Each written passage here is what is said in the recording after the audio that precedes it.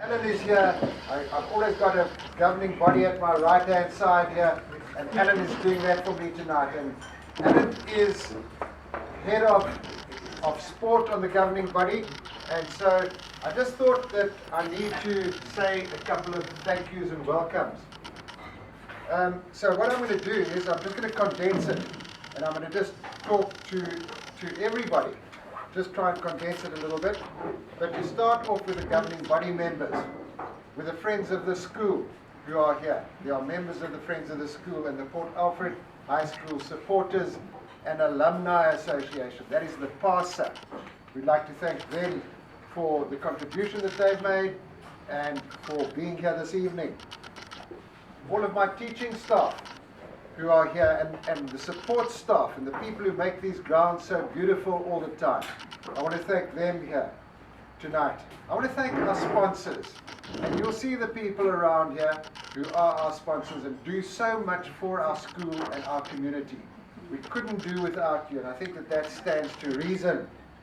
To our coaches, whether it be culture or sport or enrichment, because that's what it's all about today, is about culture, sport and enrichment. This is not an academic function that we're having here this evening. And then to our referees and our adjudicators. Our referees here, our adjudicators when we have public speaking, whatever it might be, where people offer service to our school. To our bus drivers who are here this evening, and all those people who jump when we need them, and they don't know from day to day where we're going to need them, but they're there for us. To the press, to John, Adele, to the members of the Talk of the Town, to all of the people who advertise our school and put it in the headlights. Our service organizations who are here this evening, I really want to thank them for the contribution that they make to our school.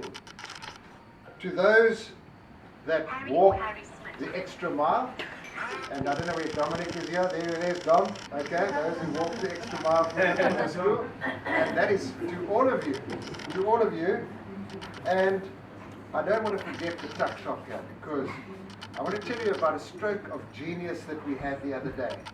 There was a power failure, and there was a power outage on the day of the computer exam. And they had just started the computer exam when the electricity went off. And so they were put into quarantine. They'd read the paper, and so they were put into quarantine.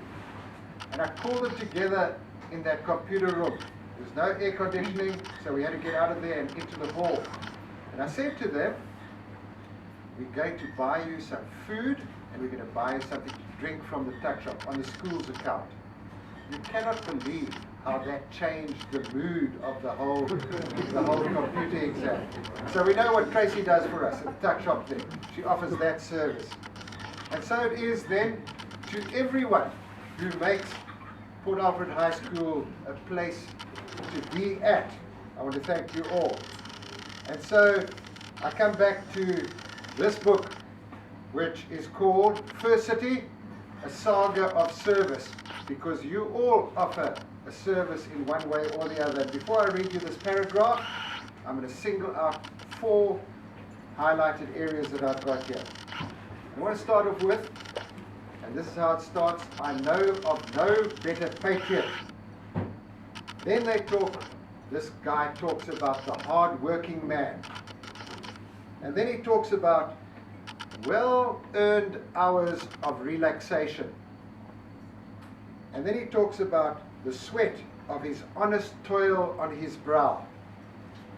And then shoulder to shoulder with his fellows. And so this colonel, who's retiring from the First City Regiment, talks to the people around him. And that's why he's talking about he and him. So he says, I know of no better patriot than the man, the hard-working man, who out of his well-earned hours of relaxation is willing to find the time to acquire knowledge and the details of drill and the use of weapons of modern warfare, who, with the sweat of his honest toil on his brow, shoulders his rifle, steps into the ranks, and submits to the restraints of regimental discipline, so that he, in his time of need, may prove himself a worthy son of his country, hastening to her assistance and gallantly fighting her battles, shoulder to shoulder with his fellows. And I think that that sums it up for me, that all the people in this room are there to offer a service to our community.